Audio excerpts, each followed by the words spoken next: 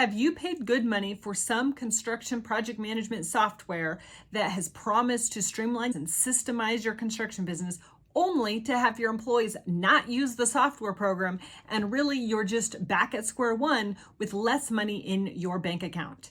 Give me the next couple of minutes and I'm going to explain 3 ways that you can create buy-in to your systems in your construction business by your employees. The thing is that if your employees buy in to the process, they will follow the process. And an implemented and followed process is better than any kind of process that then is not followed at all. I'm Liz Chisholm and I help 7-figure contractors build out their systems and processes so they can scale and grow their business profitably. In this video, I'm going to go over 3 strategies to get your employees to buy into the processes that you want to implement in your business. Because here's the thing. You can have all the fancy software programs in the world. You can have all the SOPs or standard operating procedures in the world. You can have them as perfect as you want them to be, and yet if they are not followed, they do nothing for your business. This is why I really don't like SOPs in the traditional sense, because they don't work. In fact, I don't really like just throwing software programs at a chaotic business because it doesn't work. You have to back it up and create something I call a culture of accountability. This is step number 1. What does a culture of accountability mean? It means that you are actually building in a culture where people do what they say that they're going to do. When you have to be the leader where you say, do this, and then they do it, and they come back to you and you're like, okay, step 2, do this, and then they do it and they come back to you, you are creating a transactional business. You're creating a transactional type of culture in your business. And so if you aren't telling them what to do, put this information in the software program, record this information, put in a leads information in your CRM. Whatever the case is, if you're not there telling them every step of the way to do the thing, they won't do it. So you're still stuck in your business. You're now just stuck managing all of these employees versus scaling your business and leveraging your employees. So like I mentioned, the first thing that you need to do is put in a culture of accountability. This means instead of telling your employees what to do, you ask them to be accountable. Being accountable is different than holding somebody accountable, because if I'm going to be accountable, I'm the one taking the action. And accountability really is just communicating what you are committed to doing.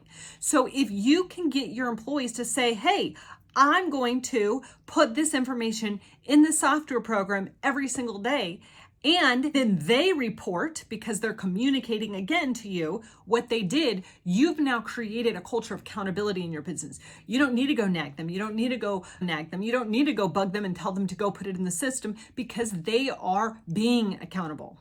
The next step in this, and this goes along with accountability, is to measure. If you don't measure, you don't know what they are supposed to be accountable for. So if you're measuring how on schedule your job is, they need to then put in the information of what got done each day, so that way they know whether or not the schedule is on time. When you start measuring the outcome of something, so putting the information in the software program, that is a habit. That is what needs to be done on a regular basis. The outcome of it is what you measure. When you measure, are we on time? Are we on budget? Are we getting the 5-star reviews that we want, or the referrals or repeat business that we want? Those are outcomes of what's happening. So when you actually have the outcomes be measured and they are consistently hitting those targets, now you know that the actions are taking place, and therefore you don't need to go nag your employees on what to do and how to do it. You just start measuring the outcome, and they will either rise to the occasion, or you know that they're not the employees to take your business to the next level. And the third way is to create a rhythm or a habit of doing the thing that they need to do. So in this case, in this video, we're talking about inserting information into a software program. You need to create that habit. Anytime you're starting a new habit, you have to put in triggers to remind yourself of that habit. So it could be a post-it note inside the truck saying, hey, make sure you spend this amount of time. It could be a reminder on your phone or an alarm of some sort of saying, hey, we need to make sure that this information is in the CRM or in the software program or whatever it is. We have to add those reminders so they become habits for us. You personally don't have to be the habit reminder. You can add different things in, but when you created a habit, then it actually works. Another component to creating habits of the things that need to happen in your business on a regular basis is to change the environment. The easiest way to explain this is that if you don't want to watch TV anymore because you want to focus on growing your business, then move the TV. So now the environment has changed, and therefore you're automatically going, oh, wait a minute, I don't have my TV here. Oh, that's right, I committed to not watching shows for hours on end because I'm trying to grow my business. So when you are focusing on the environment and what can you change in the environment to make the system just become automated or natural, that's where it makes it easy so you don't have to be the one nagging them for that software program.